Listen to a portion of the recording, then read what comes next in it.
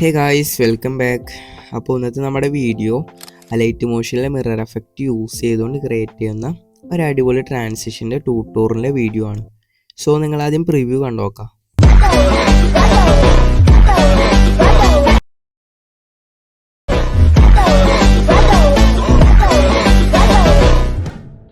അപ്പോൾ ഈ ഒരു ട്രാൻസിഷൻ്റെ ഫുള്ളായിട്ടുള്ള ട്യൂട്ടോറിയലാണ് ഇന്നത്തെ വീഡിയോ.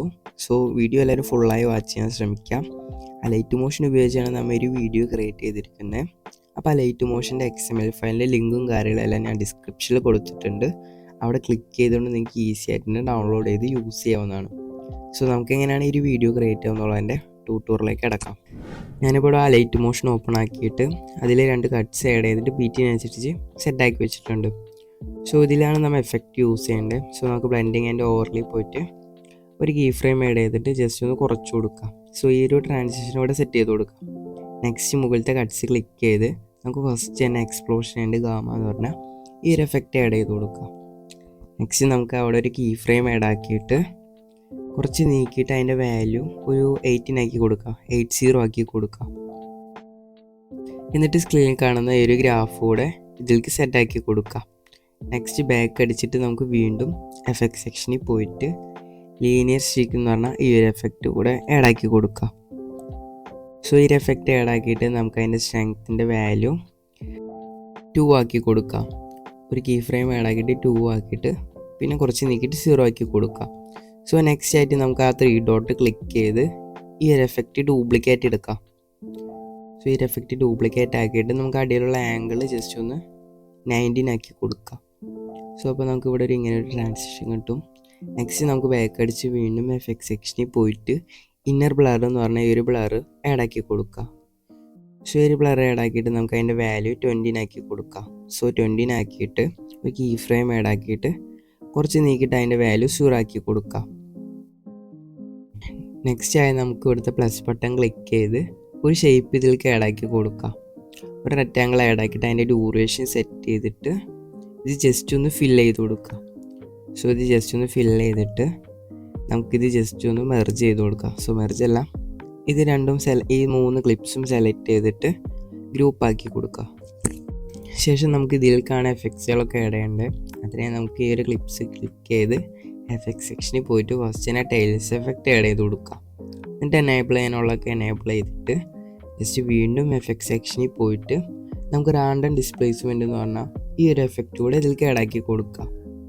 ഈ ഒരു എഫക്റ്റ് ആഡ് ആക്കിയിട്ട് നമുക്ക് ഇതിൻ്റെ മാഗ്നിറ്റ്യൂഡിൻ്റെ വാല്യൂ ഫസ്റ്റ് തന്നെ ഒരു 157 ആക്കി കൊടുക്കാം. സോ 157 ആക്കിയിട്ട് ഒരു കീ ഫ്രെയിം ആഡ് ആക്കിയിട്ട് ഫസ്റ്റിലേക്ക് കൊണ്ടുപോയി കുറച്ച് നീക്കിയിട്ട് അതിൻ്റെ വാല്യൂ 0 ആക്കി കൊടുക്കാം. നെക്സ്റ്റ് നമുക്ക് എവല്യൂഷൻ്റെ അവിടെ കുറച്ച് നീക്കിയിട്ട് അവിടെ നമുക്കൊരു കീ ഫ്രെയിം ആഡ് ആക്കിയിട്ട് ഫസ്റ്റിലേക്ക് കൊണ്ടുപോയിട്ട് അതിൻ്റെ വാല്യൂ നമുക്കൊരു 13 ആക്കി കൊടുക്കാം. ഒരു 13 ആക്കിയിട്ട് സ്ക്രീനിൽ കാണുന്ന ഈ ഒരു ഗ്രാഫോടെ അതിലേക്ക് ആഡ് ആക്കി കൊടുക്കാം. ശേഷം നമുക്ക് ബാക്ക് അടിച്ച് ആഡ് എഫക്റ്റ് കൊടുത്ത് മോഷൻ ബ്ലർ എന്ന് പറഞ്ഞാൽ ഈ ഒരു ബ്ലർ കൂടെ ആഡ് ആക്കി കൊടുക്കാം.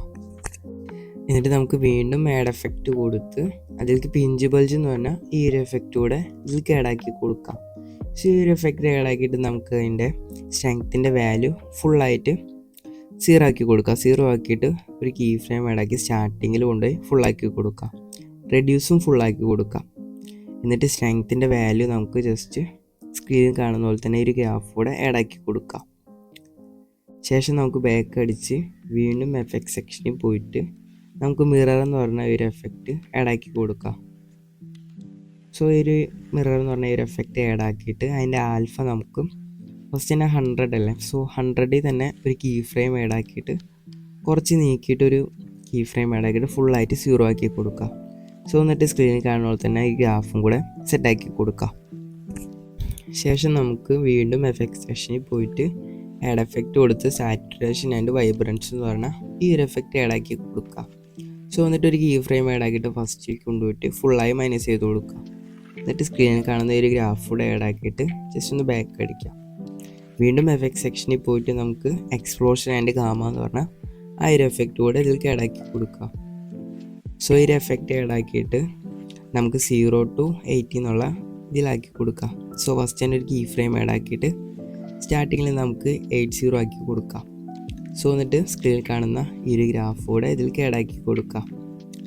ശേഷം നമുക്ക് ബാക്ക് അടിച്ചിട്ട് പ്ലസ് ബട്ടൺ ക്ലിക്ക് ചെയ്തിട്ട് എലമെൻറ്റ്സ് ആൻഡ് ഒബ്ജക്റ്റിൽ ക്ലിക്ക് ചെയ്തിട്ട് നമുക്കൊരു നൾ ഒബ്ജക്റ്റ് ഇതിലേക്ക് ആഡാക്കി കൊടുക്കാം. സോ എന്നിട്ട് അതിൻ്റെ ഡ്യൂറേഷൻ സെറ്റ് ചെയ്തിട്ട് നമുക്ക് ഈ നള്ളൊന്ന് സെലക്ട് ചെയ്ത് കൊടുക്കാം. സോ അടിയിലെ ക്ലിപ്പ് സെലക്ട് ചെയ്ത് നമുക്ക് നള്ള് 1 എന്നുള്ള ജസ്റ്റ് ഒന്ന് സെലക്ട് ചെയ്ത് കൊടുക്കാം.